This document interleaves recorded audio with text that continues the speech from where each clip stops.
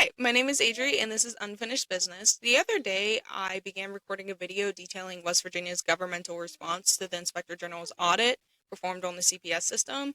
The Inspector General concluded that 91% of cases were mishandled by the CPS system. The first person to respond was Alex Mayer. He went on record to say, "Hey guys, we already know. Really, you could have just asked us, and like I said, we already know, and we're working on it, and we're fixing it, so you can really stop bothering us about it." And then he went on to say, oh, don't forget, I'll tell you how to fix it. Within this response, Alex, the Secretary of DHS, also states that they are basing this reform on 8 pillars. Many of these pillars I agree with, but I will give you a quick overview of them all, that way we're all caught up to speed. Pillar 1 focuses on placing children with kinship over foster homes and providing training to these families. Pillar 2 requires them to use state-owned buildings that are sitting unused to house foster youth over hotel rooms, as well as decreasing the number of children we send to out-of-state facilities. Pillar 3 does a wonderful job at saying absolutely nothing, but what I gathered is that they intend to create new trauma-informed trainings for workers. Pillar 4 creates a dependence on local organizations to provide foster families and support for those families. And this is the part that really bothered me, because I don't think it's foster families that need support. I truly, wholeheartedly will say with my whole chest that it is former foster youth that need support more than anyone. And the fact that they aren't even bothered to be mentioned in these 8 pillars is sad and disturbing. And it also just shows that they're doing nothing to counteract the foster youth to homeless pipeline. Pillar 5 wants to put more weight on mandated reporters to now work hand in hand with CPS workers. Okay. Pillar 6 wants to use AI to track patterns of abuse and improve the PATH system. And they said this, not me. Note, this is for expense purposes and not the betterment of the systems these pillars are in place for. I say that they're not for the betterment of the system that these pillars are in place for, but they specifically said this is to help with expense cost. So, Pillar 7 wants to crack down on truancy and strengthen legal relationships. This is also such a non-issue, it is insane that they bothered to list it. Finishing. The final pillar of this falling bridge is again all about the money. But this time, it is specifically ensuring that money is getting sent to the correct families, and as far as I read it, it was putting more people in positions to do so. Basically, like a whole nother team meant to manage where money is going. Which they already have, but maybe expanding that team. On my first read of this article, I was disappointed, but honestly not underwhelmed. At least I am thankful these issues are no longer being ignored. In my original video, I said that with some adjustments, these pillars could keep the bridge from falling. That was until the Senate announced Bill 732, which is exactly why I am making this video now, and that video is just going straight into the scraps. I will link it below, but it does not say much. It is meant to set the standards for West Virginia's new initiative, privatizing the CPS system. This bill will single-handedly escalate every issue we see, possibly, not to mention, eliminates half of the checklist they gave us for improvement. There is no feasible way to apply the Inspector General's recommendations and privatize it.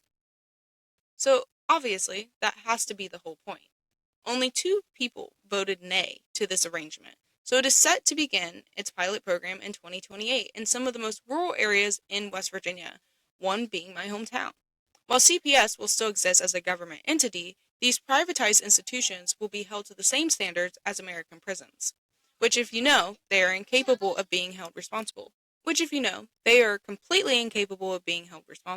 On line 82, Bill 732 states that none of the workers can be held liable for the decisions they make, unlike CPS workers. There is also no guideline set on the basic level of education these people should have.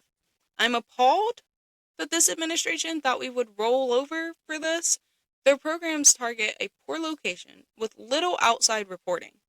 These same places are going without clean drinking water, which CPS can make a case for as neglect. So, Mr. Alex Mayer, you were nothing but a pawn to spew enough bullshit to get everyone to stop talking when this bill passed in the dark. No noise until the bill was passed, then news articles are covering it left and right. Not to mention, in between the time frame of the bill being presented on February 3rd, 2026 to being passed in early March, They held a public forum for foster care. They listened to everything said and still chose this on the basis that privatization works in Ohio, Kansas, Florida, and Texas. Which, by the way, I can find no evidence of other than those states' governments saying, yeah, works great. Even if it didn't, we don't publish those annual reports and won't until required to by law. From my own research, scientists struggled to get enough data to perform experiments, which if you've ever attempted to get information from them, then I do not need to tell you this. They want to not only push the blame of what goes on in foster homes onto nonprofits, which, to their credit, are trying to resurrect a dead horse right now, and simultaneously say privatized workers cannot be held accountable for their decisions. Everything I've ever went on a spew about CPS comes down to this. Children become adults. Foster youth become homeless people.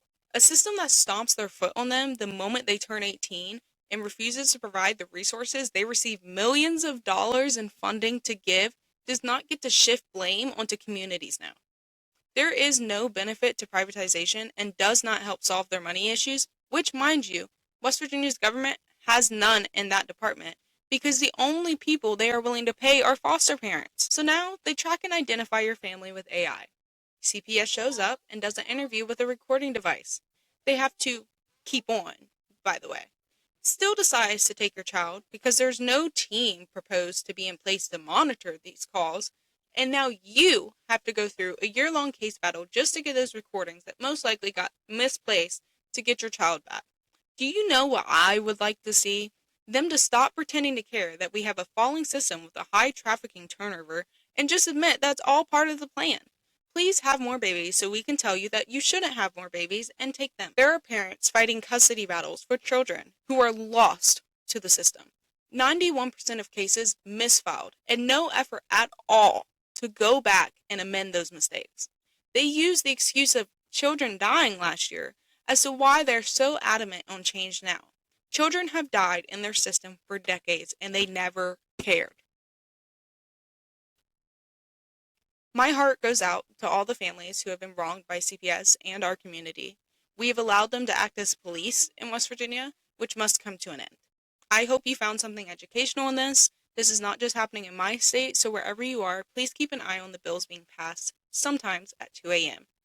As always, call your local representatives and hold them accountable. Your voice matters. Thank you for watching. A little tidbit, but I see a lot of people saying, but I'm only one person. And I just want to remind you of basic math and that 1 + 1 = 2 and 2 × 2 = 4.